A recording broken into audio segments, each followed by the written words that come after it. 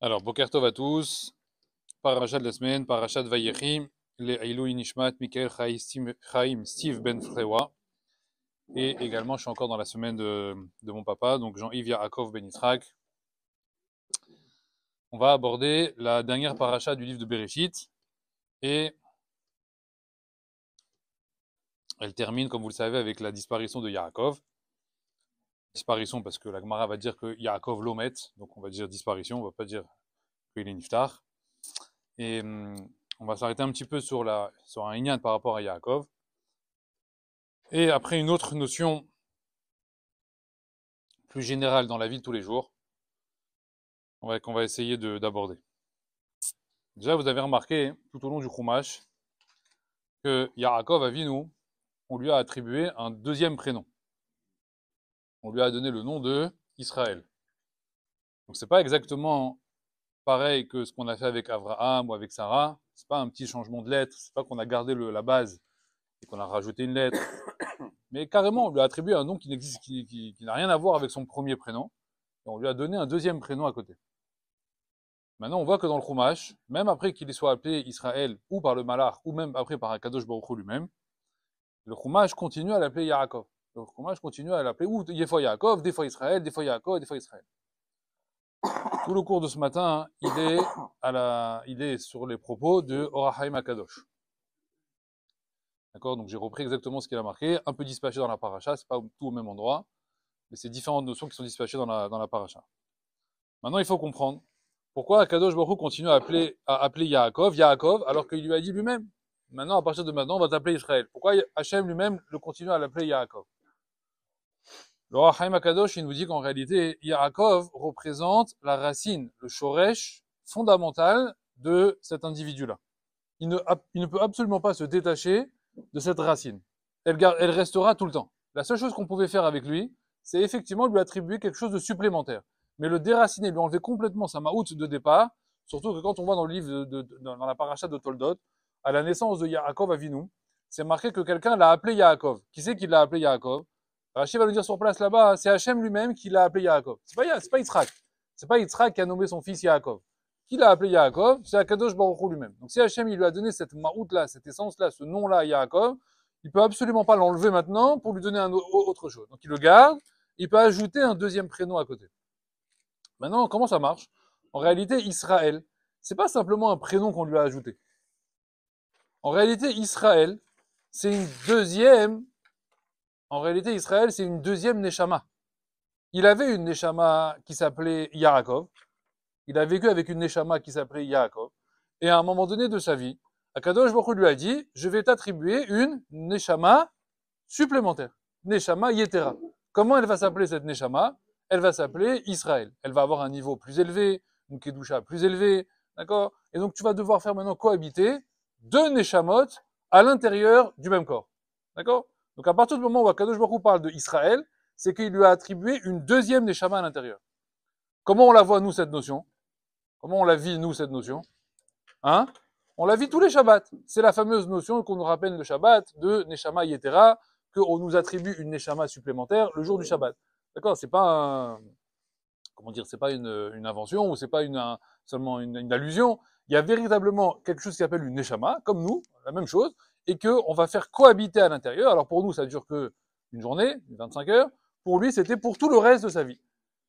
D'accord? Tout le reste de sa vie. Maintenant, pourquoi alors des fois la Torah elle l'appelle Yaakov et des fois elle l'appelle Israël? Comment la Torah elle change comme ça? Alors ça dépend. Ça dépend de l'événement. Et ça dépend dans l'événement, qui va prendre le dessus. Des fois, c'était la Neshama Yaakov qui prenait le dessus. Et des fois, c'est la Neshama Israël qui prenait le dessus. Donc en fait, en fonction des événements que vous voyez dans le Chumash, Akadosh Baruch Hu va changer l'appellation de la personne. Maintenant, on nous dit, qu'est-ce qui faisait varier l'utilisation pour Hachem de Yaakov ou d'Israël? Quel était le critère de choix pour lui changer d'appellation? Alors, Haim Akadosh, il nous dit qu'en réalité, il faut comprendre une chose. C'est que la Kedusha, ce qu'on appelle la Kedusha, d'accord, la sainteté, elle est entièrement dépendante de la notion de Simcha. Il est impossible de devenir Kadosh ou d'augmenter dans la Kedusha si on est Si on est atzouf, si on est triste, si on est inquiet, si on a des problèmes, etc. Si on n'est pas besimcha, la kedusha, impossible de l'atteindre. D'accord? Donc interdépendant, donc complètement dépendant de la kedusha, c'est la notion de simcha.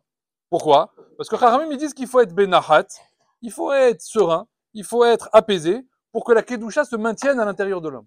D'accord? C'est comme ça que ça marche. Donc Chachamim, ils vont dire comme ça. À chaque fois qu'il était dans un état de simcha et de nachat, la Torah l'a appelé Israël. À chaque fois qu'il était dans un état de tristesse ou dans un moment difficile de sa vie, la Torah, elle va l'appeler Yaakov Avinu. D'accord? Yaakov représente un état de tristesse. Israël représente un état de comment? De simcha et de nachat. D'accord? Alors, Hamagodesh, il donne plein d'exemples. Et il dit comme ça. Il dit par exemple, quand il était en deuil de Rivka, quand Rivka, elle est nifteret, sa maman, Pitom, la Torah, elle l'appelle Yaakov. Pourquoi elle l'appelle Yaakov? Il est Béavelout. Dans la Avelout, il va être triste. Donc, quand tu regardes les versets là-bas, il va être appelé Yaakov. Dès que Rachel, elle va être nifteret, tout de suite la Torah, elle va dire qui c'est qui a enterré Rachel et ça? Yaakov. C'est normal. C'est la petite rade de sa femme. Il est triste. Donc, la Torah l'appelle Yaakov. Et la Torah, ensuite, après la petite rade de Rachel, on voit qu'à la fin des jours de deuil, il repart. Ça veut dire, ça y est, il va continuer sa vie. Comment la Torah l'appelle? D'un seul coup, elle l'appelle Israël. Ça y est, les jours de deuil, ils sont terminés. Alors, on repart dans un état de simra. Et la Torah va naviguer, en fait, sans arrêt comme ça. Juste après la vente de Yosef, comment il va être appelé? Yaakov. C'est normal. On vient de vendre son fils, il commence à être inquiet, il commence à être triste, etc. D'accord? Et pendant toute la durée où Yosef va pas être là, la Torah va l'appeler Yaakov, sauf à 3 endroits précis où la Torah va réutiliser 3 fois le mot Israël pour des notions bien précises quand il va parler avec ses enfants, etc. Alors, Hamagodesh, il rentre là-bas dans les détails. Pourquoi à ces 3 moments-là précisément, on l'a appelé Israël? Mais sinon, tout le reste, pendant 22 ans, comment la Torah va l'appeler? Uniquement Yaakov Avinu. Dès qu'on annonce à Yaakov que Yosef, il est vivant, ouais, dès qu'on va, la semaine dernière, on lui a annoncé que Yosef, son fils, il était vivant. Comment c'est marqué dans la Torah? Vatechi ruach Yaakov. Et voilà que Yaakov, il s'est mis à avoir une vie, un rouar qui est revenu. Quel rouar? Le rouar de quoi? La Neshama de Israël. La Neshama de Israël qui est revenu. Pourquoi? Parce que le Hamakadosh, il nous dit que les deux Neshamot, quand elles cohabitent ensemble, c'est pas qu'une, elle reste en sommeil et après l'autre, elle agit. Non. Dès qu'il est triste, Hachem, il récupère la Neshama de Israël. Et elle s'en va. Elle retourne Bachamaim. Et il l'a plus à l'intérieur de lui. Et c'est une Neshama, en réalité, qui va être mouvante, qui va pas être fixe, en réalité. Elle ne peut rester que si le corps, il est benahat, il est besimcha, il est bekdusha, etc. Mais si jamais il a pas ça, la Neshama, qu'est-ce qu'elle fait? Elle fait un retour. Elle attend. Quand il redevient besimcha, alors la Neshama dit qu'elle revient. C'est pour ça qu'on nous dit, par exemple, nous, le Shabbat, on nous dit le Shabbat, on te donne Neshama Yetera. Ouais, tu reçois une Neshama supplémentaire. Mais on te dit que cette Neshama-là, elle va dépendante de quoi? Comment on appelle le Shabbat? Shabbat Kodesh. Pourquoi tu l'appelles Shabbat Kodesh? La Kedusha du Shabbat. Seulement pour que cette Kedusha-là de la Neshama puisse rester à l'intérieur que je t'ai donné, qu'est-ce qu'il faut? Il faut être Benahat. Hein? Shabbat Vaïnafash. Il faut être Besimcha. Il faut être Beroneg. Il faut être détente. Mais si tu commences à t'énerver, c'est pour ça que la Gemara dit quoi là-bas? Qu'il faut faire très attention à la Midataka à Asbe Shabbat. Pourquoi? Qu'est-ce qui se passe au moment de Midataka à Asbe Shabbat? Ta Neshama Yetera, elle s'en va. Et il te manque la Kedusha du Shabbat. Et tu perds toute la Kedusha du Shabbat à ce moment-là. T'es énervé, ça peut durer pendant une journée entière, tu vas être inquiet, tu vas pas être bien, tu vas être nerveux, tu vas être comme ça un petit peu sur les nerfs, etc. Pourquoi? Parce que la Neshama Yetera, elle est partie. Qu'est-ce qui l'a fait partir? Toi, ton attitude à toi. Donc c'est pour ça que le Shabbat, il faut absolument faire très attention à cette notion de Menoucha, à cette notion de Simra. C'est ça qu'on est très makpid, qu'on voit dans les textes, hein, de tout ce qui amène à la Menoucha, au Oneg, etc. Rajoute ça un peu, dors un petit peu, mange des bonnes salades, etc. Fais des zmirotes. Pourquoi? Pour, allez, Benahat. S'il y a quelque chose qui t'énerve, allez, essaie de passer. L'enfant, il a renversé le vin sur la table, c'est pas grave, Mazel Tov. Ok, c'est tout comme ça. Pourquoi? Parce que qu'est-ce qui est en jeu? Qu'est-ce qui est en jeu si tu t'énerves? T'as un neshama supplémentaire. Or, toute la kedusha du Shabbat, tu ne peux la capter que grâce à cette deuxième neshama. D'accord? Uniquement grâce à cette deuxième neshama. Notre neshama d'origine, la neshama qu'on a d'origine, n'a pas assez de hauteur, n'a pas assez de gadlout pour pouvoir capter une kedusha d'un jour de Shabbat. Donc, on a besoin d'une neshama qui vient de Mima'al, des hauteurs, qui va capter ce jour-là de kedusha du Shabbat pour pouvoir vivre le Shabbat comme il faut. Mais si jamais tu t'énerves, elle s'en va. Et donc, qu'est-ce que tu as raté? Tu as raté toute la kedusha du Shabbat. D'accord? Maintenant, comment ça marche au niveau des Neshamot? C'est marqué que chaque Neshama, c'est quoi une Neshama? Le roi Haim HaKadosh, il nous dit qu'une Neshama, en réalité, elle est composée de plusieurs particules, de plusieurs, ce qu'on appelle en hébreu, des nitzotzot. C'est quoi des nitzotzot? Des étincelles. En fait, une neshama, c'est pas une entité pleine. D'accord? Une neshama, c'est une composante, comme une association de particules physiques, hein, d'accord, comme un atome où à l'intérieur il y a plusieurs petites particules qui sont à l'intérieur. D'accord? Donc c'est un bloc, et dedans, plein de micro particules. D'accord? Et ça, Chachamim, ils disent, ça forme une neshama, qui est formée de plusieurs étincelles. Maintenant, Akadosh Baruch Hu, quand il décide de créer un homme, et qu'il lui donne cette neshama, Hachem, c'est marqué là-bas, il dit, le Rahim Akadosh, qu'il compte le nombre d'étincelles qu'il y a à l'intérieur de cette neshama. Hachem, il fait le décompte. Combien dans cette neshama que je lui ai donnée, il y a d'étincelles? Hachamim me disent que le nombre d'étincelles qu'il y a à l'intérieur de cette neshama-là correspondra au nombre de jours que cet homme va vivre sur Terre. Ça marche comme ça. Quels sont les nombres de jours que vit un homme sur Terre? Ça correspond au nombre d'étincelles qu'il y a à l'intérieur de sa neshama. D'accord? Et qu'est-ce qu'il doit faire à l'intérieur de ça? L'homme, il a reçu sa neshama, maintenant il arrive dans le monde. Qu'est-ce qu'il doit faire avec? C'est très simple en réalité. Chaque jour qu'Akadosh Baruch Hu te donne, il est en lien avec une étincelle. Chaque jour que je te donne, c'est une étincelle, un nitzotz. Donc chaque jour que je te donne, qu'est-ce que tu dois faire? Le tikkun de cette étincelle-là. Torah, mitzvot, ma'asim tovim, pour réparer cette étincelle-là. D'accord? Si cette étincelle-là, ce jour-là, tu n'as pas fait Torah ou mitzvot, tu n'as pas réparé, qu'est-ce qui se passe? Cette étincelle-là, amgam, ça y est, c'est un défaut. On va passer demain à l'étincelle suivante. Mais celle-là, en réalité, le tikkun de cette étincelle-là, tu l'as raté.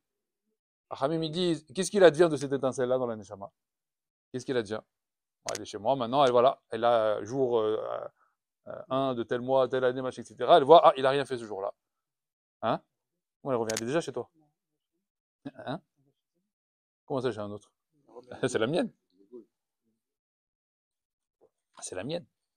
Alors de là, il dit le Rahim Akadosh. Ici, on va comprendre c'est quoi hein, la notion de dormir. À quoi ça sert de dormir? Pourquoi Akadosh Baruch Hu, il a créé le sommeil? Il aurait pu faire des hommes qui dorment pas. Pourquoi il a besoin qu'on soit fatigué, qu'à la fin de la journée, on a envie de s'allonger sur un lit, et qu'à la fin on dorme, et qu'on soit dans un état complètement inconscient. Comment elle appelle la Gemara le dodo? Un 1/60 de Yom Hamita. Pourquoi Hachem il veut qu'on se mette dans cette situation-là? Hachamim il dit en réalité qu'est-ce qui se passe au moment où on dort? Au moment où on dort, notre étincelle de cette journée-là, elle remonte Bashamaim. Et elle se présente devant le Beddin. Et le Beddin il regarde cette étincelle-là, il lui dit qu'est-ce que tu as fait aujourd'hui? Il dit moi aujourd'hui c'était plage. Plage, paddle, lunettes de soleil, diabolomante. Tu as fait Mitra quand même? Bekoshi, quoi, en short. Comme ça, quoi. Hein? Tu as écouté la Hazara? Sur mon téléphone. Tu as compris? Hein? Donc l'étincelle, elle dit ce qu'elle a fait aujourd'hui, Bichlal. Et là-bas, il note. Cette étincelle-là, elle a fait comme ça, elle a fait ci, elle a fait ça, etc. Chachamim, ils disent. Si l'étincelle, elle dit des choses bien, il a étudié le matin, il a fait Dafayomi, il a étudié des machins comme ça, il a fait Teilim, etc. Tfila Bekavana, truc comme ça, etc. Qu'est-ce qu'il lui fait la Sénéchama? Qu'est-ce qu'il dit là-haut? Oh Hachem, on la met dans un petit coin, on la met dans un coffre, et elle redescend pas. D'accord? Et elle reste là-bas, Bashamaïm, et elle attend son tour. Maintenant, qu'est-ce qu'il a dit d'une étincelle de Neshama? Si jamais, elle dit que non, il n'a pas fait ce qu'il fallait, etc. Il a fait autre chose. Alors, Chachamim disent que cette Neshama-là, elle reste en talouille, elle reste en suspens. En suspens de quoi? Elle attend quoi? Parce que, non, elle ne peut pas revenir. Ça y est, cette étincelle-là de la journée, elle est partie, Bichlal. D'accord? Cette journée-là, elle est passée. Comme nous, on a un jour de plus. Ouais, c'est comme si maintenant tu me dis, je peux revenir un jour en arrière. Non, tu peux pas revenir un jour en arrière. Donc cette étincelle-là, Chachamim, ils disent, tu l'as perdue en réalité, c'est fini. Tu n'as pas fait le tikkun de ce jour-là, de cette étincelle-là. Mais qu'est-ce qu'il a dit de cette étincelle? Chachamim, elle reste bétaloui. Elle reste en suspens. En suspens de quoi? Alors Chachamim, ils disent que Kadosh Baruch Hu, c'est là qu'intervient la notion de Teshuvah. Qu'Akadosh Baruch Hu, il a créé, c'est un système spécial, que un autre jour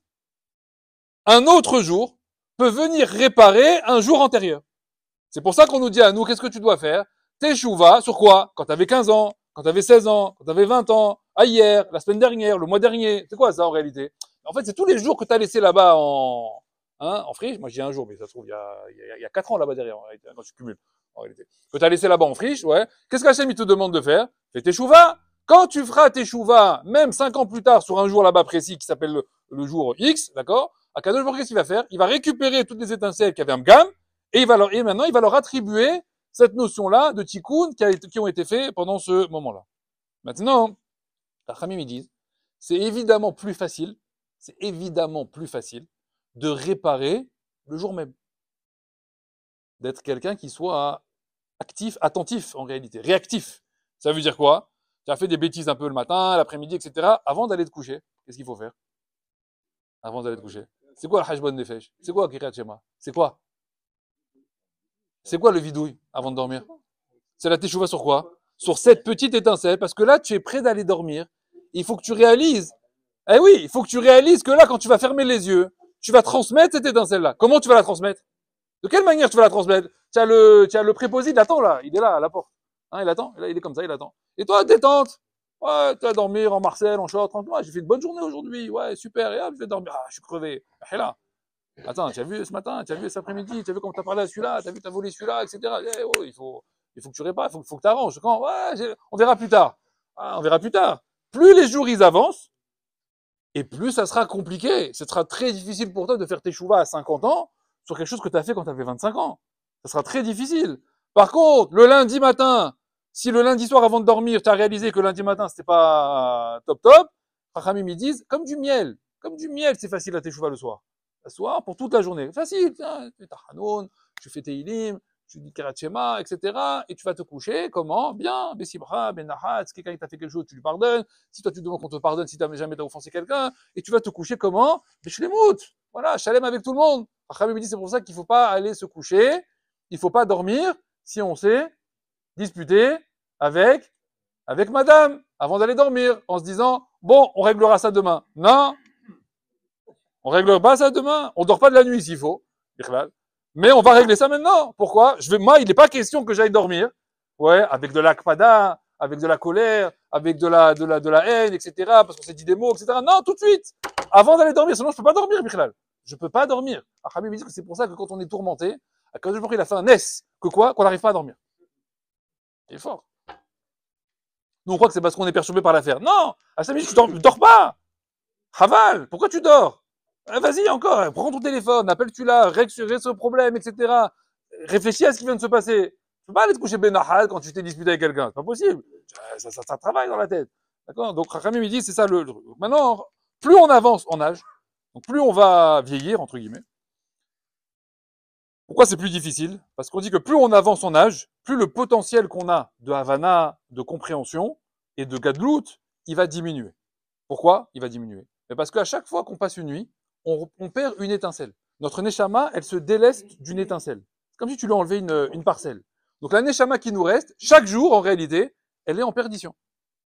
D'accord? Donc la neshama, vu que c'est notre vitalité, c'est ça qui est notre énergie, notre vigueur, etc. C'est pour ça que plus on avance en âge, et plus on est halash. C'est pas la question de vieillesse, la halishout. C'est question que ta neshama, qui est ta vitalité, en réalité, elle va diminuer. Ce qui veut dire que tu vas devoir fournir plus d'efforts, plus de kohot, tu vas devoir aller chercher beaucoup plus d'énergie, d'accord? Te galérer encore plus pour pouvoir faire la même chose que ce que tu es en train de faire, que ce que tu devais faire à 20 ans, à 25 ans, à 30 ans, etc. D'accord? Pourquoi? Parce que chaque jour d'étincelle, chaque jour qui passe, on a perdu une étincelle. Maintenant, Chachamim, ils disent, comme ça, ils demandent au Rahim Akadosh. Il dit, quelle est la différence qu'il y avait entre les générations d'avant et nous aujourd'hui?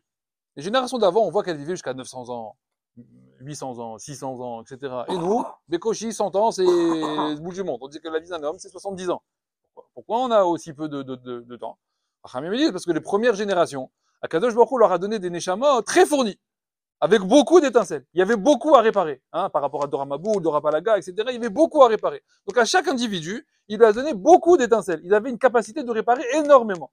Plus les générations elles avancent, et plus en réalité on a encore moins de capacité de réparer. Donc en fait, Rachamim il a dit, Hachem, ça fait une tova. Au lieu de te donner 300 ans, en fait, il te donne plus petit. 70, 80, 90, etc. Pourquoi? Parce que tu n'as la capacité de réparer que ce nombre d'étincelles. Le Harizal, il dit, comment on va les appeler ces étincelles? Comment elles s'appellent dans la Kabbalah? Le Zohar, il les appelle comment? Il les appelle Yamim. C'est pour ça que nous, on l'appelle la journée Yamim. C'est pour rien d'autre. Quand Hachem, il dit, j'ai créé les jours et j'ai créé les nuits, en fait, il voulait parler là-bas d'étincelles. D'accord? La nuit, c'est quelque chose qui va venir, mazikim, c'est quelque chose qui récupère les étincelles. Yamim, c'est les étincelles de Gdusha qui sont à l'intérieur de la Neshama. Donc, comment le Zohar, il appelle les étincelles qui sont à l'intérieur du Neshama? Il les appelle Yamim. Donc, à la fin de la vie d'un homme, quand un homme, il va quitter ce monde, Rachamim, ils disent que toutes les étincelles qui sont montées au fur et à mesure, hein, jour après jour, on a dit, elles sont restées là-haut, nuit après nuit. Elles se sont mis comme ça dans un petit coin, dans un petit coffre, Hachim les a gardés de côté, etc. Quand un homme, maintenant, après 120 ans, il quitte ce monde, qu'est-ce qui se passe? Hachem, il rappelle toutes les étincelles de cet homme-là. Comme si il ouvre un tiroir, comme ça. Il dit, étincelle numéro 488, ouais, elles reviennent comme ça. Et qu'est-ce qu'elles font là-bas? Elles se réunissent, toutes ensemble. Elle dit, moi, je suis au jour 1, moi, je suis au jour 2, moi, je suis au jour 3, je suis au jour 4, etc. Et elles vont venir se réunir tous ensemble. Hamim, il dit, c'est pour ça que c'est marqué dans la paracha de la semaine, Vaïkre, vous y aimez Israël Lamout. Et ils se sont rapprochés les jours d'Israël pour mourir. Quoi cette phrase? Vayamot Yaakov, c'est tout. Vayamot Yaakov, il est mort Yaakov. C'est quoi cette phrase? Ils se sont rapprochés les jours d'Israël pour mourir. Pourquoi tu me dis ça? Hamim, il dit le Zohar. Les jours, c'est Yamim, c'est les étincelles. Rapprochés, c'est parce qu'elles se sont réunies à la mort de Yaakov Avinu. D'accord? Pour le Yom Hadin. À ce moment-là. Maintenant, on voit que quoi? On voit qu'au tout début de la paracha, on nous parle justement de Vaïkre vous yemé Israël Lamout. Là-bas, on nous parle de Israël. D'accord? Au début de la paracha, on nous parle de Lamout par rapport à Israël. Ok? Mais il n'est pas mort maintenant, là, Yaakov. En réalité. La Torah nous annonce ici sa mort. Vaïkre vous yemé Israël Lamout. Ok? Au début de la paracha. Mais après, il y a toute une paracha. Il y a plein de choses qui se sont passées derrière. Il y a des mois, des années, etc. Il a appelé ses enfants, et il a fait les brachot, et tatati, et tatata. Il y a du temps qui s'est passé après derrière. Et à la fin, on nous dit là-bas, il y a Asef, et là-bas, il a quitté ce monde, etc. D'accord? Plus tard. Et là-bas, comment ça va être marqué le nom? À la fin de la paracha. À la fin de la paracha, comment c'est marqué? Comment c'est marqué à la fin de la paracha? Ça va être marqué. Ah, ça dépend. Alors, comment c'est marqué? Où est-ce qu'il est? Je ne sais pas. Non, voilà, là c'est l'enterrement. Voilà, c'est ici. C'est marqué. Va'echal Yaakov letzavot et banav. Et Yaakov, il avait terminé de faire des ordonnances à ses enfants, de leur dire tout ce qu'il y avait. Vayesof ragla, valamita, vayigva, vayasef el amav. Qui on parle ici? Yaakov. Pourquoi tu parles de Yaakov ici? Parce que je t'ai déjà parlé d'Israël ici. D'accord? Vaïkre vous yemé Israël, c'est les Neshama d'Israël. Et Yaakov, c'est Yaakov. C'est après, c'est plus tard. Donc, Kaniré, qu'il a senti Yaakov Avidon, que les jours d'Israël se sont rassemblés pour mourir, il l'a senti avant la mort de Yaakov Avinu réel. D'accord? C'est pour ça qu'il a commencé ici à appeler Yosef, à appeler ses enfants, machin. Ça, il l'a senti. Yaakov Avinu, que la première Neshama était en train, en réalité, de quoi? Elle était en train de le quitter. Ça y est, il a fini son temps, et il voyait que les jours, ils étaient en train de se rapprocher. Donc, d'abord Israël, et là-bas, c'est marqué le mot Lamout. Et pour Yaakov, c'est pas marqué Lamout. Marqué comment? Gva et Asef. Pourquoi tu dis pas Mot? Yamout? Pourquoi tu dis pas il est mort? C'est pour ça qu'on dira Yaakov Lomet. Yaakov Lomet. Aval Israël met. Israël il est mort. Aval Yaakov Lomet. Yaakov il est pas mort. Qu'est-ce que ça veut dire que Yaakov il est pas mort et que Israël il est mort? Alors Rizal il dit, Chachamim il dit, que quoi? Yaakov on a dit ça représente, on a dit la Neshama d'origine, l'essence même de Yaakov Avinu. On nous dit cette essence même de Yaakov Avinu, celle-là, Lomet. Pourquoi elle est pas morte? Parce qu'il dit Chachamim qu'un homme meurt uniquement s'il a terminé complètement le travail qu'il devait faire. C'est ça la mort de quelqu'un. La mort de quelqu'un, c'est j'ai terminé. Ça y est, Anigmar, j'ai terminé, j'étais à Tkan jusqu'au bout de ce que je devais faire. Mon rôle est terminé. Alors on peut dire qu'il est niftar. Ouais, mais s'il n'a pas terminé son travail, s'il reste encore à travailler, alors la Gemara a dit, on peut pas dire sur quelqu'un alors qu'il est mort. On dit quoi? On dit bah il y a Asef, il a disparu, il est plus là, il s'est, je sais pas, un autre mot. Pourquoi alors on nous dit que Yaakov n'est pas mort? Ou son travail n'est pas terminé? Pourquoi son travail n'est pas terminé? Parce que Yaakov Avinu, il représente quoi? Il représente l'Imoud Torah. Kiten emet le Yaakov, c'est l'Imoud Torah. Or, le Limoud Torah, il a été donné à qui? Il a été donné au Ham Israël, plus tard. Oui ou non? Qu'est-ce qu'on est en train de faire, nous, en réalité, quand on étudie la Torah? Qu'est-ce qu'on fait? Pas le tikkun. C'est la fin du travail de Yaakov Avinu, qu'il n'a pas réussi à faire. Pourquoi il y a encore des générations, et 2, et 3, et 10, et 50, et 100, etc., depuis Matan Torah? Achamim disent, Torah tziva lanu Moshe, Morasha, Kehilat, Yaakov. Deux questions. Chachamim dit pourquoi pas Abraham et Yitzhak? Et deuxième question, pourquoi pas Israël? Pourquoi tu dis Yaakov, Bichlal? Parce que Israël, en réalité, lui, la Neshama de Israël, Yaakov, quand on lui a donné, il a fait le tikkun de Israël. Ça, c'est bon. Écrivez-vous, Yémi Israël, la mout.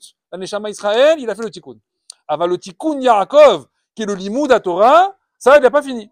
Et comme la Torah, elle a été donnée à Yaakov et pas à Avram et Yitzhak, ouais, et que nous, on est les descendants de Yaakov, on n'est pas les descendants que de Abraham. Il n'y a pas que nous qui sommes les descendants d'Abraham ou que nous qui sommes les descendants de Yitzhak. Donc, on a pris Yaakov comme repère. Et la Torah qu'on étudie en réalité, c'est la fin du travail de Yaakov Avinu. Donc quand on nous dit Yaakov Avinu Lomet, c'est parce que son travail, il n'est pas fini. Et nous, qu'est-ce qu'on doit faire en réalité? On doit terminer le travail. Donc le limoud à Torah, en réalité, il sert à ça. Maintenant, le Haïm HaKadosh, il dit comme ça. Il dit, comment Yaakov Avinu, il a senti que ces jours-là, ils arrivaient? Comment il a senti? Pourtant, on nous dit dans la Gemara que quoi? Qu'il n'a pas été donné la capacité à un homme de savoir le jour où il quitte ce monde. On n'a pas le droit de dévoiler à un homme le jour où il quitte ce monde. C'est une des choses qui sont restées Ne'ilam, qui sont restées cachées à l'homme. Comment tu me dis que Yaakov va venir ici, il appelle ses enfants, il appelle Yosef, il sent ses jours arriver? Comment tu sais ça? Alors, le Zohar HaKadosh, il ramène comme ça, au nom du Or HaChaim. Il dit qu'en réalité, 30 jours avant la disparition de quelqu'un, c'est cet événement-là qui se passe. 30 jours avant, ça se passe ça, que les jours ils commencent à se rassembler, Bachamaïm, etc., que ça commence à faire un bilboul là-haut. Et Chachamim, mais qu'est-ce qui se passe? Hachem, à ce moment-là, il enlève sur l'homme ce qu'il appelle l'image divine. C'est que chaque personne, chaque Yehudi, il a sur lui, vu qu'il a une neshama divine, Chelek Elokaim Ma'al, en même temps sur le visage, on a également une dmout, d'accord, une image qui est l'image divine, qui est une image divine.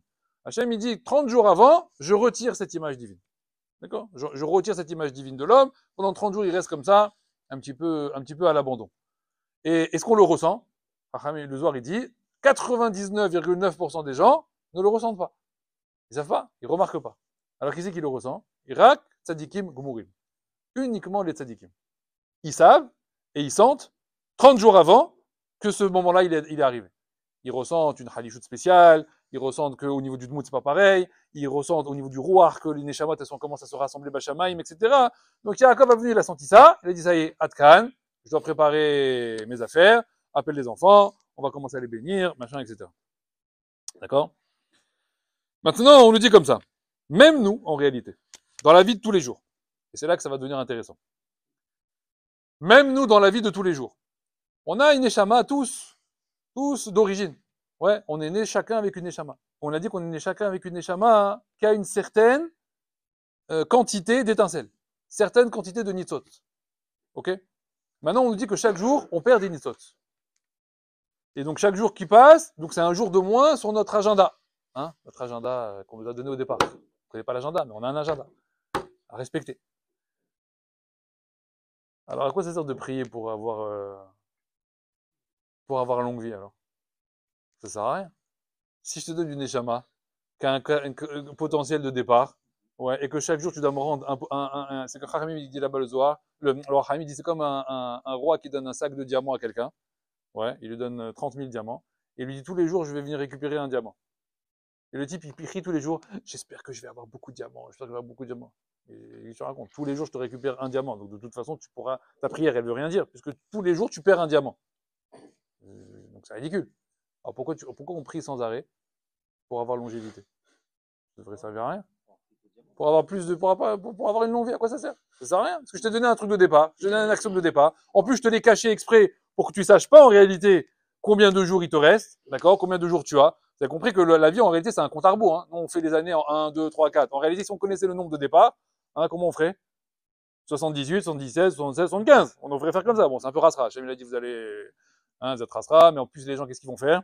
Comme ils vont savoir qu'ils ont encore 40 devant eux, ils vont dire bon, on attend, je vais à la plage pendant 77 et il me reste je vais au Beth Midrash. Bon, chez lui, il n'a pas voulu comme ça, donc il a fait à l'envers.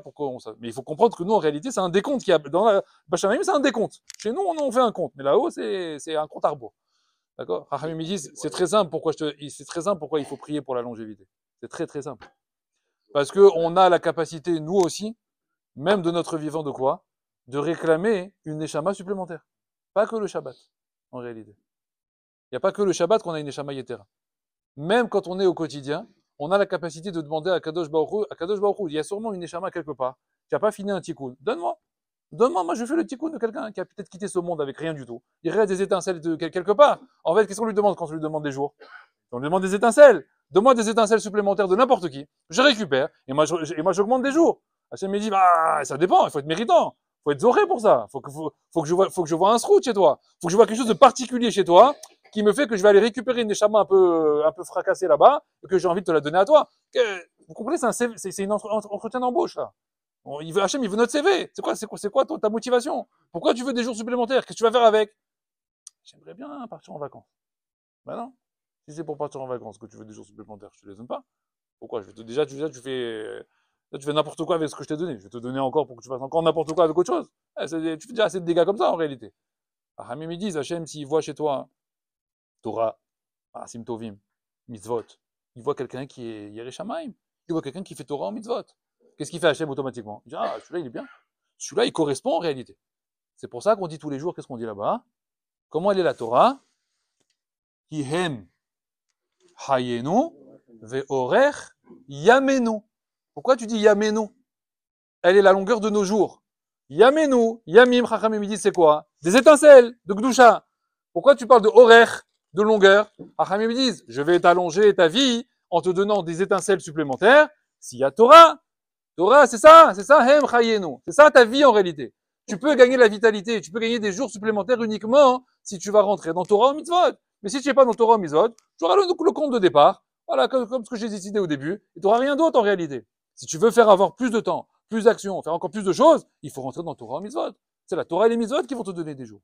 Les Chachamim me disent, mais c'est pas le seul critère. Parce que c'est trop facile. Quelqu'un il étudie toute la journée, alors ça y est, il va vivre jusqu'à 100 ans. Ah non. Il y a un deuxième critère. Et limite, celui-là, il est facile. Limite, celui-là, si tu es au Beth Midrash, tu devrais vivre 1000 ans.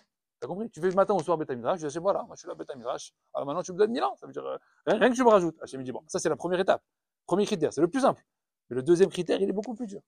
C'est que Rachamim me dit, qu'Hachem il pourrait te donner des étincelles supplémentaires uniquement s'il y a Torah et Simcha. Si tu n'es pas Benahad, si je ne vois pas quelqu'un qui est Benahad dans ce qu'il fait, rien du tout je donne. Pourquoi? Parce que tu représentes la Torah, mon coco. Tu es mon chaliar. Tu es mon chaliar sur terre. Moi, je ne veux pas de quelqu'un qui représente la Torah comment? Be'atzavut, avec tristesse, jeune, toujours énervé, toujours en colère. Tu sais ce que je vais faire avec toi? Bah, Yassef! Toi, je vais t'enlever des jours, Bichlal. Parce que tu m'énerves en réalité. Pourquoi? Qu'est-ce que tu représentes? Tu représentes tout l'inverse de ce que j'ai amené dans ce monde. Moi, je veux voir quelqu'un de comment? Mais Simcha, là, à vous, c'est beau la Torah, c'est beau les mitzvot, toujours Be'emuna, qui dit toujours aux gens, tout est bien, Kol Tova, Gamzul Tova. Si tu es quelqu'un qui critique tout, qui te plaint tout le temps, et après tu dis Hachem, s'il te plaît, fais-moi vivre longtemps. Non, la vérité, j'ai pas trop envie de t'avoir encore dans les pattes. Tu comprends que c'est un poids, quoi. T'es un poids pour les gens, t'es un poids pour autour de toi, t'es un poids pour moi, Bichlal. Tu me sers à rien. Chachamim me disent, c'est une des raisons pour lesquelles c'est Yaakov Avinu qui va nous apprendre ça. Au moment où il s'est plaint de sa vie à Pharaon, on nous dit qu'est-ce qu'il va faire à ce moment-là? Il va perdre 33 ans de sa vie. Pourquoi? Parce que Hachem, il lui a dit, mais c'est ça que tu montres au Goyim? Qu'un Ben Torah, qu'un Gadol Hador, il a des difficultés, que sa vie elle est dure, qu'il est inquiet, que c'était difficile, etc. Mais tu sais quoi? Chaque mot que tu as dit, je t'enlève un an. C'est comme ça que ça marche. Plus on se plaint, plus on montre de la colère, plus on montre de l'énervement pour ce qui nous arrive, qu'est-ce qu'on fait en réalité là? On est en train de se tirer une balle dans le pied. C'est tout. Tu te tires une balle dans le pied. Parce que c'est exactement l'inverse de ce qu'Hachem dit pour vivre longtemps. Pour vivre longtemps, c'est quoi? Uniquement Bessimra, uniquement Benahat, tout Béonek, tout c'est bien, tout c'est pas grave. Qu'est-ce qu'il y a? Il a cassé la table. Il a cassé la table. Pas grave. Il a déchiré le costume à 600 €. C'est un costume. C'est du tissu. Ouais, c'est les Chinois qui l'ont fait en plus. Donc, il n'y a rien d'exceptionnel. Hein. Seulement, nous, non. Nous, on donne une importance très forte à tout ça. On donne beaucoup d'importance. Tout ça, c'est important. Un téléphone, c'est important. Une table, c'est important. Mon costume, il est important. Mes chaussures, mon sac, tout est important. Ma voiture. Ah, ma voiture. Si quelqu'un touche à ma voiture, bon, allez, attention, hein, il s'est appuyé sur sa voiture. Une voiture, de la tôle, c'est de la ferraille. D'accord, il y a 4 roues et un volant. Il n'y a rien de spécial. Mais toi, tu donnes tellement d'importance à tout ça, Bichlal, qu'en réalité, toute ta vie, ça va être quoi? Une brassera. Toute ta vie, une angoisse. Et cette angoisse-là, en réalité, qu'est-ce qu'elle va faire? Elle va te tuer, en fait. Elle va te ronger sans arrêt. C'est quoi où est-ce qu'elle se trouve le vrai Nahat? Oui, où se trouve le vrai Nahat? savez qu'il y a deux notions de plénitude dans la Torah. Il y a deux mots. Je ne sais pas si en français ils existent bien les deux de manière bien distincte, mais en hébreu, en tout cas dans les notions halachiques, il y en a deux. Il y a shalva et menucha. Ce sont deux notions qui n'ont strictement rien à voir. On va essayer de voir rapidement c'est quoi shalva et c'est quoi menucha. Les deux veulent dire, shalva ça veut dire, on pourrait traduire par... Non, shalva c'est tranquillité. Tranquillité. On va dire ça comme ça. Menucha, sérénité. Vous voyez, c'est un peu... En français, il y a... J'arrive même pas à donner deux mots différents. Bon. C'est la question de haut. Là, je suis pas en train de dire mieux ou pas mieux, etc. Je suis en train de dire différent. D'accord? Juste deux mots pour dire que c'est différent. En hébreu, il y a deux mots, shalva et menucha. Mais en français, on voit pas très bien la frontière entre les deux. Maintenant, Chachamim, ils vont dire en réalité, il faut que tu saches, mon coco. La shalva dans ce monde-là, c'est ce qui va te tuer. La menucha dans ce monde-là, c'est ce qui va te faire vivre. Ce qui veut dire que qu'est-ce qu'on doit rechercher? La menucha. Qu'est-ce qu'on doit fuir? La shalva. Maintenant, si on n'arrive pas à définir shalva et menucha, on ne sait pas ce qu'il faut fuir, on ne sait pas ce qu'il faut aller chercher. D'accord? On sait déjà au moins qu'il y a une notion qu'il faut aller chercher. D'accord? Mais il faut essayer de trouver une frontière nette entre les deux. Alors regardez comment c'est marqué. Qui c'est qui va nous donner ça? C'est Yaakov Avinu. Quand il va faire les brachot à ses enfants, à un moment donné, il va appeler quelqu'un pour lui faire une bracha. C'est là, il faut être très attentif à celui-là. Très attentif à cette bracha. Laquelle? C'est la bracha qu'on fait à Yissachar. Pourquoi à Issachar? Mais pourquoi à Issachar?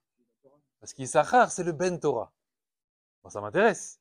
Hein? C'est Dafka le rôle que nous, on doit avoir dans ce monde-là. Avodat Hashem, Limud Torah. C'est ça qu'on est venu faire, non? On n'est pas venu faire du business.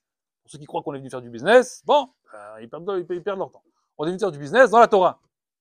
Dans la Torah. Hein? Des Pilpoulim, des Rachid, des Tosfot. C'est ça le business. Qu'est-ce qu'il a dit l'un? Qu'est-ce qu'il a dit l'autre? Qu'est-ce qu'il a dit là? Hein? Comment on appelle... Comment on appelle les pilpoulim dans la Torah? C'est comme Masa ou Matan, comme du commerce. D'accord? Comme quand tu fais une comment ça s'appelle?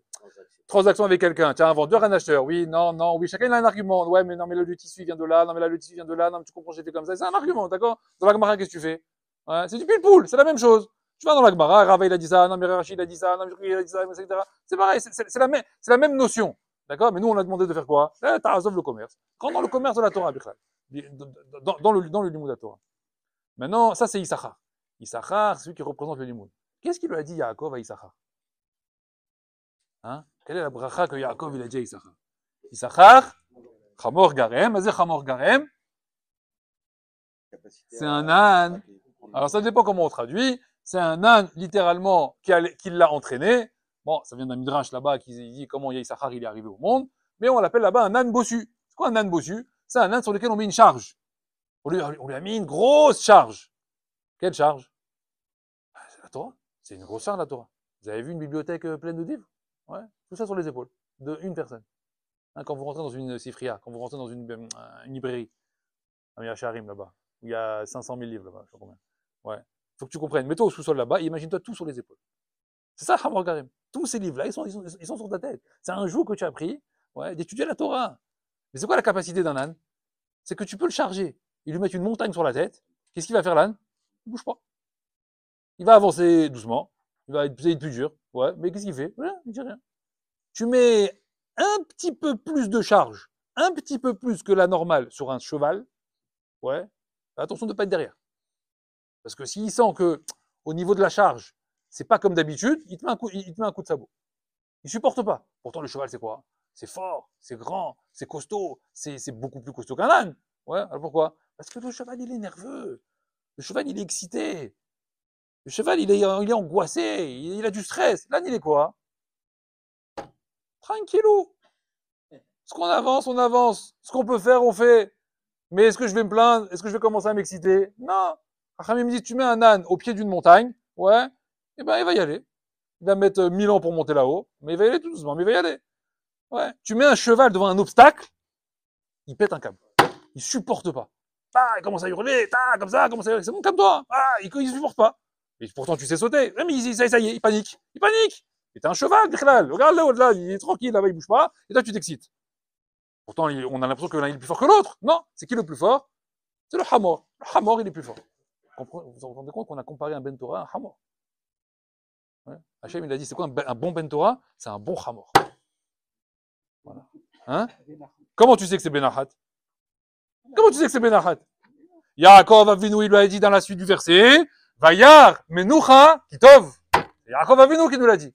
Et Yaakov Avinu, il a vu que la Menucha, elle était bonne. Elle était bonne pour Issachar. Issachar, il recherche la Menucha, pas la Shalva. Il recherche la Menucha. Et la Menucha, Kitov, elle est bonne, elle est très bonne, la Menucha. Ah. Non, et on voit que c'est marqué que Yaakov Avinu, Vayeshev Yaakov, quand Yaakov il s'est installé, quand il est revenu de chez Lavan, il y a marqué là-bas Vayeshev Yaakov. Qu'est-ce qu'il dit Rashi? Qu'est-ce qu'il dit Rashi? Bikesh Yaakov, il a demandé Yaakov Avinu de s'asseoir. Rashi, Beshalva. Rashi, il emploie le mot Shalva. Il a voulu Shalva. Qu'est-ce qu'il lui a fait Hachem? Rougzo Shel Yosef. Alors maintenant, tu vas t'exciter, tu vas voir, je vais t'envoyer des épreuves. Pourquoi? Parce qu'elle s'est demandé Shalva. Shalva, non. Shalva, je suis pas d'accord. Yaakov Avinu, il a compris ça. Après toute sa vie. À la fin, qu'est-ce qu'il fait comme bracha à Issachar? Il dit pas Shalva, hein, Issachar. Menucha, ne te trompe pas. On n'a toujours pas expliqué c'est quoi entre les deux. Mais en tout cas, c'est juste pour vous dire comment on voit les deux notions. Shalva et Menucha. En tout cas, on voit que Menucha, ça n'a, c'est d'Afka ça que le Ben Torah il doit atteindre et il doit avoir comme objectif. Je sais pas. Il faut le faire. Maintenant, Chachamim ils disent comme ça. Ils disent, il faut comprendre le principe général.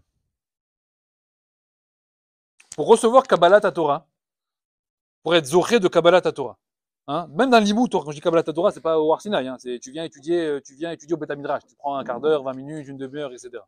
Pour être zoché de Kabbalat Torah, de recevoir de la Torah de quelqu'un, ou de la Torah d'un limoud, Hachamim ils disent, il faut que tu apprennes quelque chose. Il faut se mettre les idées claires en face. Impossible de recevoir de la Torah si tu n'es pas dans un état serein. Si tu ne t'es pas fait une ahana au préalable, avant de venir étudier, pour te vider un peu l'esprit, te vider la tête, de tes soucis, de tes galères, de tes clients, de ta parnassa, de tes da'agot, etc., tu peux venir jusqu'à demain matin, pendant 24 heures au Beth Midrash étudier, tu es zoché de rien du tout. Tu as juste perdu ton temps. Comme ça, il sera tu as perdu ton temps, tu as perdu 2 heures. Zoché de Kabbalat Torah ne peut se faire. Avoir un Kéli de Kabbalat Torah, ça ne peut se faire que si le Kéli qui vient chercher Kabbalat Torah, il est vide. Vide de da'agot, vide de galère, vide d'angoisse et vide de stress. Et si tu viens avec ton stress, avec ton angoisse, avec tes peurs, avec tes soucis dans la tête, ouais mais j'ai le client qui arrive, ouais mais j'ai le réparateur, ouais mais il n'y a pas de Kabbalat Torah. D'accord? Donc la Kabbalat Torah, elle est entièrement dépendante de quoi? Du Nachat. Entièrement dépendante de la sérénité. D'ailleurs, c'est pour ça qu'on nous dit que quelqu'un qui a une vie d'épreuve, malheureusement, une vie difficile, avec beaucoup de galères, beaucoup de nisyonotes, d'accord? C'est quelqu'un qui va avoir énormément de mal pour s'asseoir étudier. Comment tu veux qu'il fasse? Comment tu veux qu'il s'asseye pour étudier un Rashi, étudier des vaches qui tombent dans un trou, etc. Mais il n'est pas là-bas, le gars.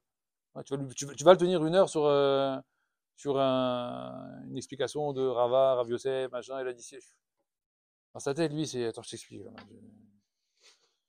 La bombe atomique là-bas, là, au travail, c'est la guerre. Comment tu veux que je fasse? Impossible. Impossible de se concentrer. Pourquoi la Torah, elle a besoin de plénitude? Parce que la Torah, elle vient d'où? Elle vient du ciel, d'accord? Elle est Mina Shamaim, la Torah. Elle a été créée là-bas. C'est quoi le Mina Shamaim? Comment c'est là-bas? Là-bas, c'est une vie d'angoisse? C'est une vie de stress? C'est une vie sereine. D'accord? C'est un état serein, c'est un état nahat. Donc la Torah, elle vient d'un endroit qui est nahat. Oui ou non? Pourtant, Chachamim lui demande, ils disent alors, mais alors pourquoi Hachem, il a pris la Torah, il l'a donnée ici? A priori, ça colle pas. Tu prends la Torah, qui est Benahat, qui représente vraiment la plénitude, la sérénité, etc., et tu la mets dans un monde qui est quoi? C'est quoi ce monde ici? Comment les Chachamim lui décrivent ce monde ici? Hein? Pas mis à part ça, je parle de la vie de tous les jours. Chachamim, c'est quoi? Des épreuves, il y a des soucis, il y a des peurs, il y a des angoisses, on est anxieux, il y a le stress, il y a quoi? Et Dagot Parnassa, et ton couple, et l'éducation de tes enfants, et pas tout, tu tournes la tête. Il n'y a pas un truc qui est... Hein, il n'y a pas un moment donné où ça va se calmer. Tu arrives au travail, t'as pas fait ça, t'as pas fait ça. Ok, tu rentres à la maison, ta femme, t'as pas fait ça, t'as pas fait ça. Ok, l'amour, votre enfant, il est ceci, il est cela, il a tapé celui-là, etc. Il y a un moment donné où je vais... Hein, je vais être tranquille. Et toute la journée, tu cherches ça. Tu cherches le moment où ça va être, hein, on va te laisser tranquille, quoi, Bichal. Bon, plus de temps tu passes à la synagogue, et plus tu te rends compte qu'en fait, c'est là le moment. C'est comme une teva ici, la synagogue. La vérité, c'est une arche. Tu rentres ici, en plus, ici, Bérila, il n'y a pas de réseau. Okay, personne ne peut t'appeler. Hein, ils ont fait une bracha ici. Tout le monde dit, ah, pas de réseau, il n'y a pas de réseau. Mais c'est une bracha qui n'a pas de réseau. C'est une bracha, ouais. Tu peux, t'as une excuse. Tu peux dire, chérie, mais là, il n'y a pas de réseau. Ils sont fous dans cette synagogue. T'as vu, la vérité, moi aussi, je suis d'accord. Ils devraient pas mettre de réseau. La vérité. Maintenant, il faut une hypothèse. Pourquoi Hachem il a voulu alors nous donner la Torah dans ce monde? Alors, Chachamim a mis une hypothèse. Pourquoi Hachem il a pris une Torah de Nahat et l'a mis dans un monde de taré? Comme ça, un monde de fous. À quoi ça sert? Il faut trouver une raison. Alors, il y en a, ils ont trouvé une hypothèse. Ils ont dit comme ça. Ils ont dit, oui, mais en réalité, la Torah, elle nous a été donnée dans le désert, en sortant d'Égypte. Et c'était pourquoi, à la base, rentrer en Eretz Israël. On allait rentrer en Eretz Israël juste après. Ouais. On avait 11 jours de marche, on rentre en Eretz Israël. C'était ça le projet, en réalité, au départ. Donc, en réalité, on pourrait dire comme ça. Hachem, il n'avait pas une idée de nous donner la Torah dans un monde de taré. En fait, il voulait nous donner la Torah. On arrive en Eretz Israël, la zone, la terre de calme, le Beth Amikdash, tout est calme, et Hachem, il nous protège de tous nos ennemis autour. Nous, on fait que étudier la Torah, etc. Et voilà, c'était ça le projet. Là, je comprends. Là, je comprends que c'était en réalité comme ça que Hachem, il a fait. Donc, on a dit, bah, c'est bien. Alors, on rentre en Eretz Israël. Seulement, on remarque que dès qu'on a mis le pied en Eretz Israël, ouais, bah, ça s'est jamais arrêté, en fait. Il n'y a jamais eu de calme. Tu sais quoi? Comment on a commencé? On met le pied là-bas, 31 rois, ils nous font la guerre. Avec Yehoshua. 31 rois de Canaan, ils nous ont fait la guerre. C'est le premier pas qu'on a mis en Eretz Israël. Ah ben, pour une sérénité, ça commence très mal en réalité. Ouais, donc aucun rapport. Et même si après il a gagné, on pourrait dire, bon, alors maintenant qu'il a gagné, ah, ça y est, ça s'est calmé. Ça s'est jamais arrêté. Les Midianites, les Moavites, les Philistins, et aujourd'hui les Arabes, et avant les Ottomans, et avant cela, et avant ça. Ça s'arrête jamais. C'est-à-dire que même en Eretz Israël, tu crois que t'es Béchalva, tu crois que t'es Benahat. Jamais. Ça s'arrête jamais. D'ailleurs, aujourd'hui, en 2023, maintenant, 2023, ouais, limite, c'est en Eretz Israël que c'est le plus compliqué. Donc tu peux pas me dire cette hypothèse-là. Ouais, quand tu vas en Eretz Israël, tu arrives à étudier, toi? Hein, on te dit là, attention, là-bas, c'est très dur. Hein. Ça parle à ça, c'est pas comme ici. Il n'y a pas de sécurité sociale, il n'y a pas de mutuelle, il n'y a pas d'aide, il n'y a pas rien, tu te débrouilles. Tout, tu te débrouilles. Tes enfants à 14 heures, dégage, hein, occupe-toi d'eux. Et encore pire, on te met des galères sur la tête. Donc limite, c'est là-bas que ça devient encore plus difficile qu'ici. Maintenant, c'est quoi? C'est que on a une mauvaise définition entre Shalva et Menoucha. Tout notre problème, il vient de là. On a surtout une mauvaise définition de la Menoucha, de ce que nous on appelle, je vais être tranquille, je veux qu'on me laisse tranquille, et je veux me reposer. Hein, on dit ça, le repos. Vous connaissez ça, le repos?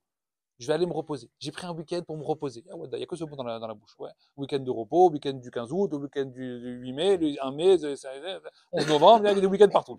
En France, bon, on a niveau jour férié,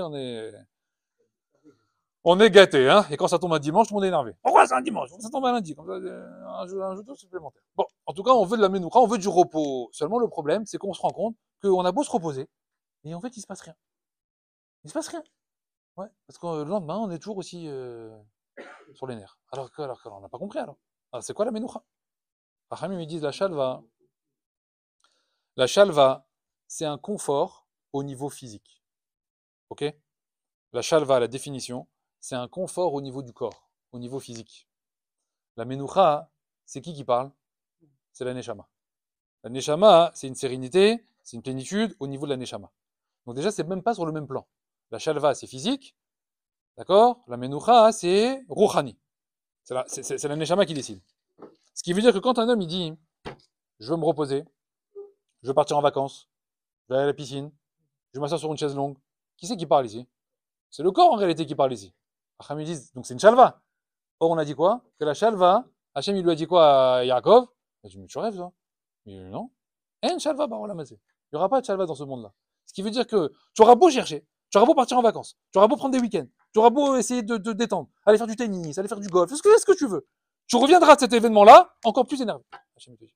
Allez, continue, vas-y. Encore plus énervé. D'ailleurs, tu vois tous les gens qui rentrent de vacances, ils sont tous énervés. Je sais pas pourquoi.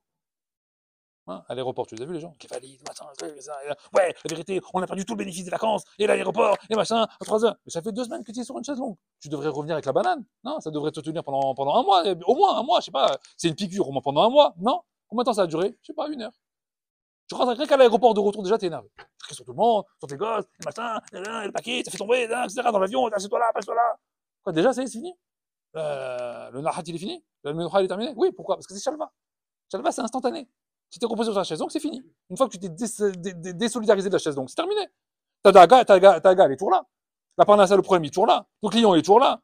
Le problème avec ta femme, il est toujours là. Le problème avec tes enfants, il est toujours là. T'as rien changé en réalité. C'est pas parce que tu t'es assis sur une chaise avec un coca que t'as réglé tous tes problèmes. Toi, tu crois que oui. Toi, tu crois que c'est ça qui va te régler tes problèmes. La Torah, elle dit même, c'est ça qui va te créer des problèmes. C'est le contraire, Bichlal. C'est-à-dire qu'en réalité, quand tu fais ça, tu creuses encore plus ton problème. Et tu vas encore plus t'énerver, encore plus t'être stressé, encore plus avoir d'anxiété, encore plus. C'est Pélé ce qu'il dit, c'est un ridouche qui dit. C'est-à-dire que toutes les vacances qu'on essaie de se faire en réalité, c'est quoi? Hein? C'est une erreur. Voilà, c'est parce qu'on n'a rien compris. On n'a rien compris à quoi en réalité ça devait servir. Alors nous, un jour on a demandé, des gens comme ça ils ont demandé un jour, ils ont demandé au Hazonish. Ils étaient voir le Hazonish, je dis, Rébé, c'est quoi Olam Haba pour vous? C'est quoi? Donnez-nous un exemple de Olam Haba. Alors je vous le fais en français, mais avec un peu d'accent quand même. Il dit, Olam Haba, c'est quoi Olam Haba? Il dit, moi, Olam Haba, c'est un stender et une Gemara Babakama. C'est où? C'est Olam Haba. Alors les élèves ils ont dit, mais Rébé, c'est ce que vous faites toute la journée. Il dit, qu'est? Alors, Ani Olam Haba. Bah Olam Haba. C'est ça Olam Haba. Je suis bien. Mon stender, la Gemara. C'est tout. J'ai besoin que de ça. Rémi, pourquoi il dit ça? Il dit ça, il vient de te donner la notion de, la définition de quoi? De Menoucha. Pas de Shalva. Pourquoi? Il dit c'est comme quelqu'un qu'on prépare à la guerre. Un soldat qu'on va préparer au combat. Imaginez qu'il y a une guerre qui se trame, et il y a un pays, il va bientôt envoyer ce soldat dans 2-3 semaines, ça commence à se préparer là-bas sur le front. Hein, dans 2-3 semaines, le combat il va commencer. Et il y a deux manières de préparer les soldats. Il y a un qui vient comme ça, un conseiller, il dit moi, je trouve que les soldats, pour qu'ils soient bien au combat, voilà qu'est-ce que je propose pour toute notre armée, pour que le jour du combat, elle soit bien, elle soit efficace. Qu'est-ce que tu proposes? Moi, je propose, on les envoie, les soldats, dans un camp de vacances. Comme ça, pendant 2 semaines, ils se reposent, hein, ils mangent des grillades, sur une chaise longue, un coca, ils dorment bien, ils font des massages, on leur ramène des masseurs comme ça, massages, ouais, ils nagent, piscine, on leur fait des gommages de peau, bien, ça a de la boue sur le corps, on les envoie à la mer morte là-bas, hein, et puis ils dorment, la sieste de l'après-midi, ils dorment bien le soir, le petit thé avant de dormir, hein, elle est belle, les grillades le midi, c'est beau ou pas? Moi je propose comme ça, ils seront calmes, ils seront bien, ils seront apaisés, et comme ça quand on arrivera au combat, eh ben c'est bien, ils sont, voilà. Il vient et dit, moi j'ai une autre manière de préparer mes soldats. Ah, qu'est-ce que tu proposes toi? Il dit, moi je dis, on les envoie dans le désert. Ouais, tous comme ça, là. On les envoie dans le désert, là, en pleine nuit, là, maintenant, là. On les prend là, on les réveille, là. On les envoie en pleine nuit. Ouais. On leur fait des parcours du combattant. On les fait ramper par terre. Ouais. On leur fait manger la poussière. On leur donne pas à manger pendant 3 jours. On les affame. Ouais. On leur fait sauter, danser, machin, etc. Sans arrêt, comme ça, pendant plusieurs jours. Ouais. En pleine nuit, on les réveille. Avec la sirène, comme ça, à 3 heures du matin. Voilà. D'un seul coup, on leur jette des trucs sur la tête. On les lâche en plein désert, par 2 ou par 3, etc. Et comme ça pendant 2 semaines. Khamim me demande, ils disent comme ça. Tous ceux qui se sont préparés comme la première idée, les soldats là-bas, ils vont tous mourir. Ils vont tous mourir. Pourquoi? Ils sont pas prêts. Ils sont pas prêts à l'adversité. Ils sont pas prêts à répondre au combat. Ils sont pas prêts. Ils sont pas sur le qui-vive. Hein? Lui, si on l'appelle, c'est pour, tu veux encore une merguez? C'est ça. Et quand il entend son prénom, lui, c'est pour lui donner une merguez. C'est ça qu'il a entendu pendant 2 semaines. D'accord? Mais donc, si son copain là-bas, pendant le front, il va lui dire David, oui, merguez, non, il y avait un tireur, bah, ok, bah, Nifar, c'était pour ça en fait que je te prévenais. Mais quand t'es prêt, quand t'es sur le qui-vive, rien que t'entends ton prénom, tout de suite, tu sais, quoi, il m'a appelé, c'est parce qu'il y a une embrouille, il y a quelque chose. Je suis sans arrêt préparé en réalité. Un soldat, il peut s'en sortir en réalité si quoi? S'il a prévu toutes les éventualités qui peuvent lui arriver. Donc on va le mettre dans toutes les situations possibles et inimaginables. Et s'il y a 2 ennemis qui te font ça, et s'ils arrivent à 3, et s'ils 4, et s'ils te jettent ça, et s'ils te tirent comme ça, et s'ils te réveillent en pleine nuit, qu'est-ce que tu fais? Mais je suis prêt à n'importe quel moment en réalité. Je suis prêt à n'importe quel moment. Un vrai soldat, c'est un soldat que même quand il va dormir dans la caserne, il dort pas en réalité. Qu'est-ce qu'il y a? Il dort sur un œil. Dès qu'il entend un bruit là-bas, même à 1 kilomètre, tout de suite il est attentif. Mais celui qui a écouté de la musique pendant 2 semaines, hein, comme ça, une petite berceuse, ouais, il peut se passer tout ce que tu veux autour. Ah, j'ai bien dormi cette nuit. Ouais, mais on s'est fait tous tuer. Tu t'es pas réveillé, t'as pas entendu. Ah non, il y avait mes petits écouteurs. Non, c'est. Ah, Habib, ils disent en réalité, le fait de le fatiguer, le fait de le casser, le fait de le faire travailler, le parcours du combattant, etc. Qu'est-ce que tu fais quand tu fais ça? Tu casses sa recherche de Shalva. Tu casses sa volonté de dire à son corps, moi je veux du kiff, moi je veux des grillades, moi je veux de la piscine. Tu lui casses ça. Vu que tu lui as éliminé ça, tu lui as tué ça. Il n'y a plus ça, il n'y a plus. Il est dans le désert en train de bouffer de la poussière. Il n'y a plus, Ikhlal. Alors la seule chose à laquelle il pense, c'est quoi? Maintenant que tu as enlevé tout ça, la seule chose à laquelle il pense, c'est quoi? C'est la seule chose qui lui reste. Non, la seule chose qui lui reste, c'est quoi? C'est sa vie. C'est de rester en vie. C'est tout. Il sait qu'il va aller au combat. La seule chose qu'il veut quoi? C'est vivre. Mais vivre, ça dépend de quoi? C'est la neshama. Donc maintenant, c'est la neshama qui va s'exprimer. Et la neshama, c'est quoi? C'est la menoucha. La recherche de la menoucha, c'est d'écouter ce que veut ta neshama. La shalva, c'est que tu n'écoutes que ce que ton corps il veut. Donc tu as un écran, en fait, en réalité. Or, le vrai objectif d'Akadosh Baruch Hu pour nous sur Terre, c'est de dépasser cette shalva, de détruire cette notion de shalva, d'arriver enfin en réalité à quoi? À entendre, à atteindre la menoucha qui est derrière, la menoucha de la neshama. Une fois qu'on est arrivé à cette notion de menoucha rouchani, dans la Torah, dans les mitzvot, dans le Ma'asim Tovim, dans la Avodat Hashem, c'est que là-bas que peut se déclencher la mida de Simcha. Vous entendez ça? C'est que à ce niveau-là, à cet endroit-là, que la notion de Simcha, elle peut arriver. Tant que tu es dépendant de ce que ton cœur, de ce que ton corps il veut, de ce que ton corps il désire, de ce que ton corps il veut, il a besoin, etc. Comment tu es là-bas? Angoissé, stressé, anxieux.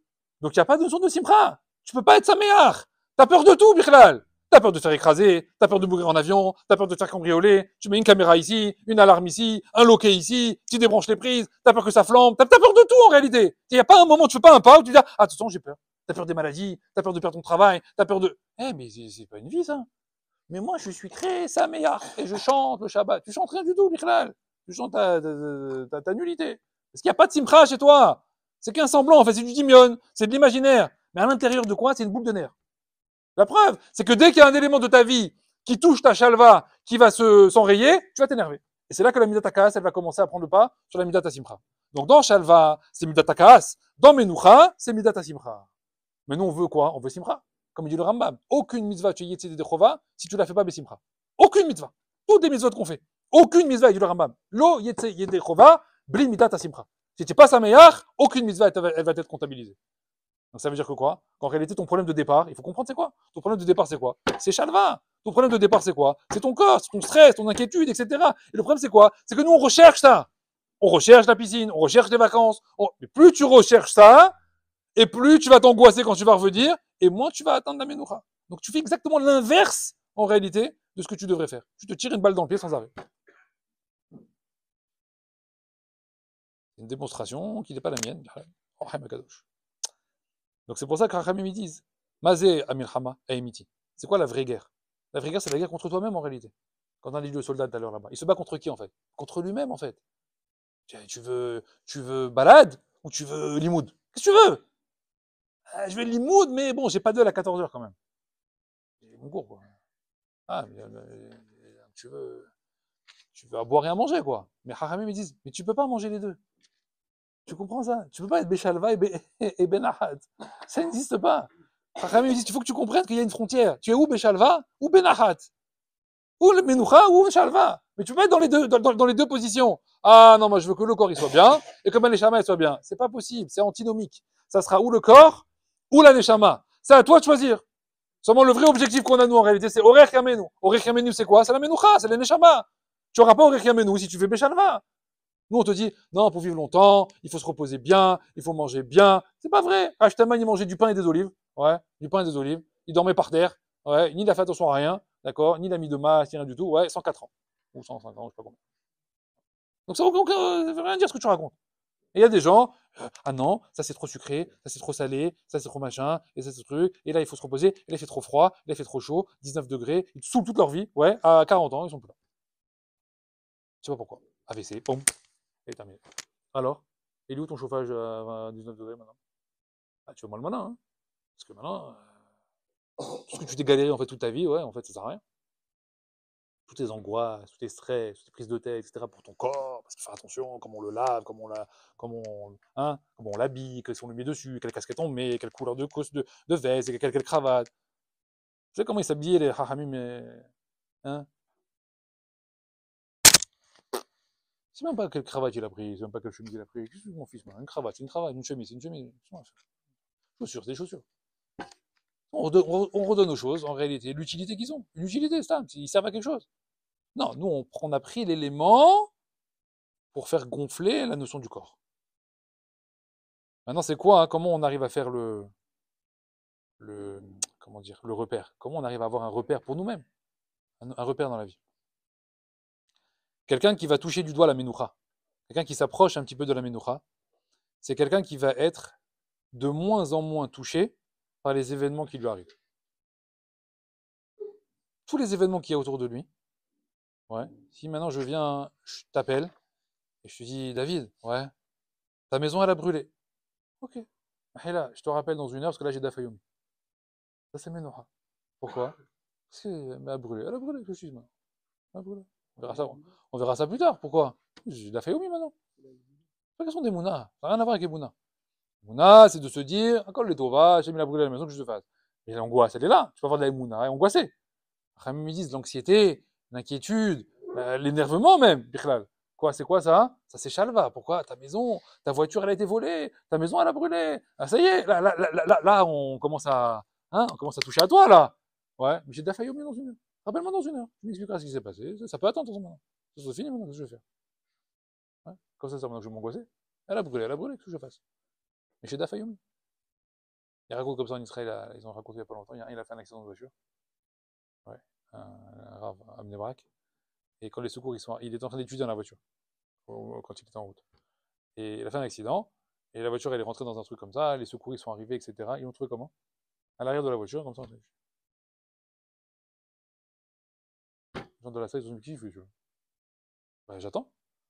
J'attends que quelqu'un vienne me chercher. Pour l'instant, moi, là, tout va bien. Très bien. Que la voiture, elle soit dans un arbre, ou qu'elle soit en train de rouler sur la route. Ça change rien. J'attends juste qu'on vienne me chercher. C'est pas grave. C'est Magmar, j'étudie.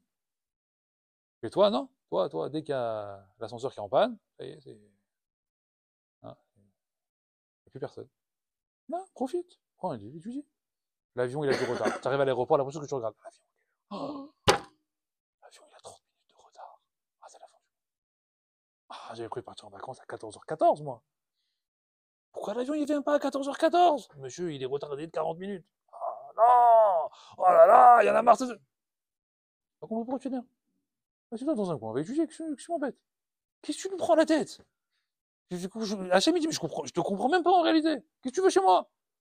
C'est quoi ça? À ce point-là, le monde, t'es collé avec ce monde-là pour que dès qu'il arrive quelque chose, ça y est, tu perds tes moyens?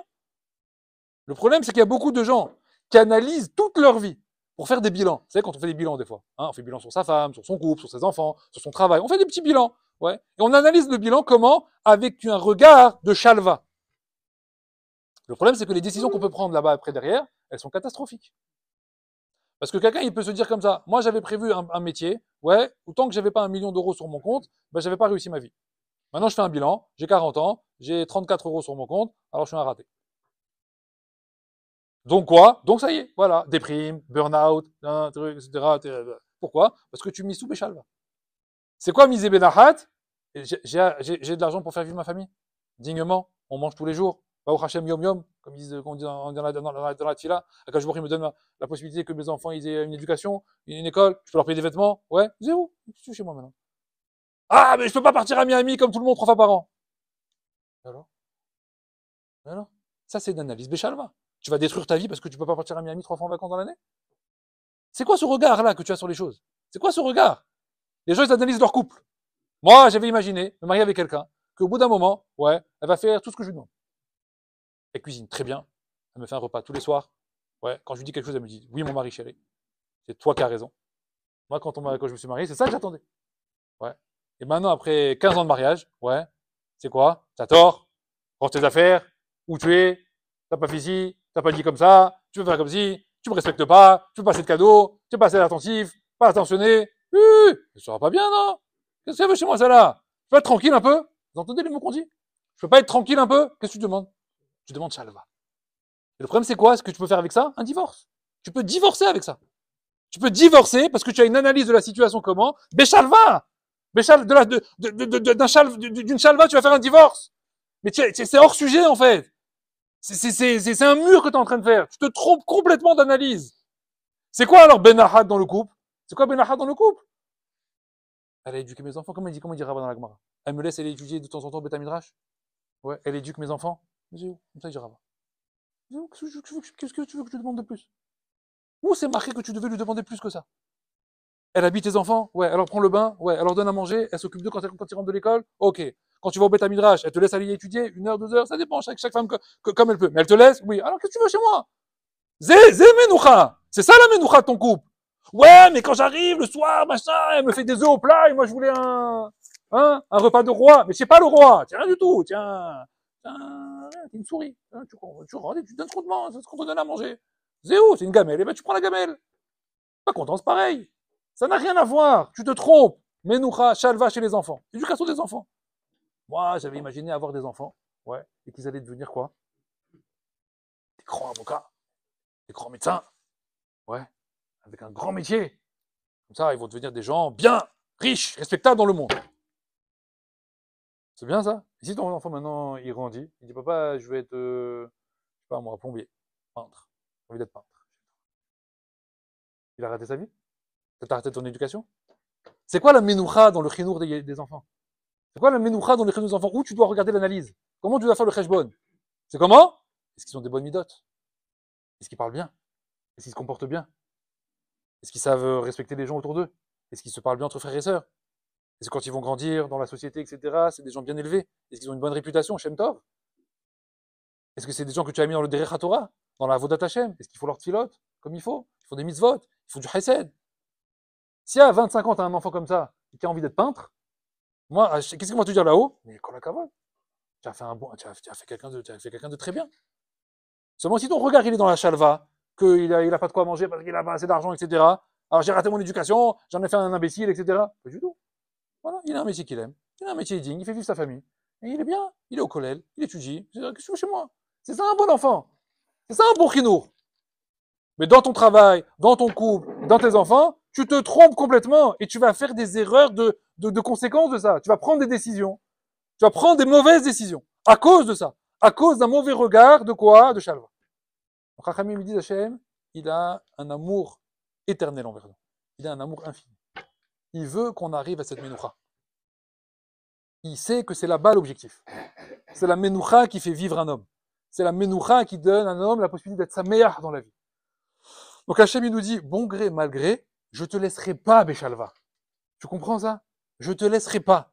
Donc à chaque fois que tu vas vouloir t'asseoir sur une chaise longue, ouais, je vais te casser la machine à laver. C'est tout. À chaque fois que tu vas vouloir prendre une semaine de vacances, c'est bidjouk dans cette semaine de vacances qui va t'arriver les pires galères. Bidjouk dans celle-là. Le pneu crevé, l'enfant la grippe, etc. Tout comme ça. Tout comme ça.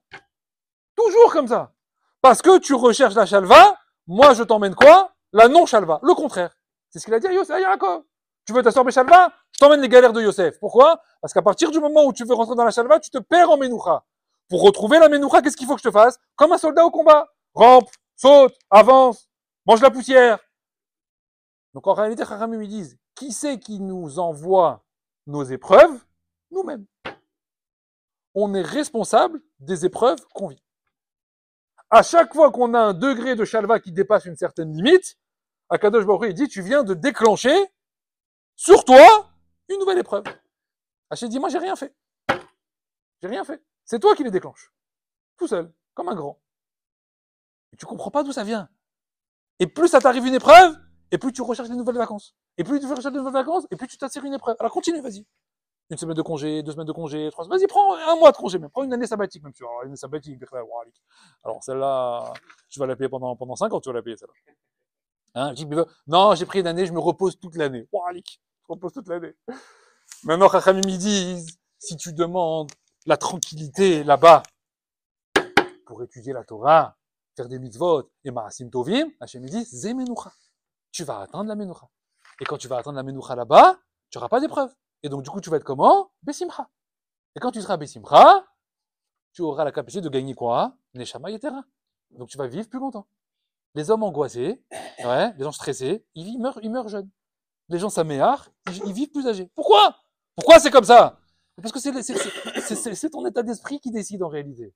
Hachem, il t'a donné un potentiel de départ, on l'a tous. Il y en a, c'est 25 ans, il y en a, c'est 45 ans, il y en a, c'est 80 ans, 60 ans, on ne sait pas. Mais on a tous la capacité de quoi? De rajouter encore. De rajouter encore. Comment? Tu casses ta notion de shalva dans le corps. Tu gagnes ta notion de menoucha. Dans cette notion de menoucha, tu vas augmenter la simcha. Ce qui veut dire que la shalva, en réalité, qu'est-ce qu'elle fait? La shalva, elle te remplit ton sac de galères. Elle te remplit ton sac de galères. Plus tu recherches la shalva, et plus tu te rends compte que tu as un sac lourd, après tu comprends pas. Encore une galère, et tu t'es comme un clou là, qu'on enfonce, sans arrêt. Et c'est quoi la menoucha? C'est tu vides le sac, sans arrêt. C'est un vase communicant. Un il remplit, et l'autre il vide. Un il remplit, et l'autre il vide. Ce qui veut dire qu'en réalité, à chaque fois que tu vas casser cette notion de shalva, dans le limud à Torah, alors là, tu as atteint le summum. Ça veut dire quoi? Le corps, il veut dormir. Ouais, le corps, il veut dormir. Toi, tu lui dis, je vais pas dormir pour aller à la tfila. Je vais me lever tôt pour aller au limud. C'est qu'à chaque fois que tu lui casses quelque chose de shalva, tu lui attribues un objectif de quoi? Rouhani. Donc tu fais passer le sac de l'un à l'autre, sans arrêt. De l'un à l'autre. Je dors pas pour aller à la tfila. Je dors plus tard pour étudier la Torah. Chaque chose que tu fais comme ça, c'est comme ça qu'un homme il arrivera à ce qu'on cherche tous en réalité. C'est quoi? C'est la recherche du bonheur. Un homme il cherche à être heureux dans sa vie. Hein, on dit qu'un homme soit heureux. Mais on n'est pas heureux, la vérité. La vérité, on n'est pas heureux. Parce qu'on est stressé. Un homme stressé ne peut pas être heureux. C'est pas possible. Tu peux pas me dire que tu es heureux quand tu es angoissé, que tu mets un loquet à ta porte, une alarme à ta porte, une serrure à ta porte. Combien tu vas mettre? Mets des scotch aussi volontiers. Vas-y, mets des clous, mets des. À un moment donné, tu vas pas vivre comme ça toute ta vie. C'est pas possible d'être stressé comme ça en permanence. Le stress permanent. C'est pas possible de vivre une vie comme ça. Et après, tu me dis, non, on est heureux. Quel heureux? T'es pas heureux. C'est pas vrai. C'est pas ça le bonheur. Le bonheur, c'est la définition que je viens de vous donner d'après le Rahim Akadosh. La vraie simcha, elle s'obtient uniquement avec ce long processus. Alors ça se travaille, c'est long, c'est pas tous les jours qu'on arrive. Des fois oui, des fois non, etc. Mais l'objectif, il doit être compris. L'objectif, il doit être là-bas. Il doit absolument être en ligne de mire.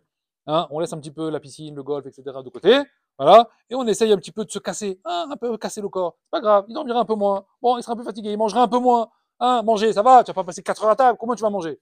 À un moment donné, l'estomac, il va exploser, tellement tu manges. C'est bon, quitte la table. Hein, prends, il va étudier un petit peu. Plus tu feras ça, et plus tu seras dans le monde des rêves.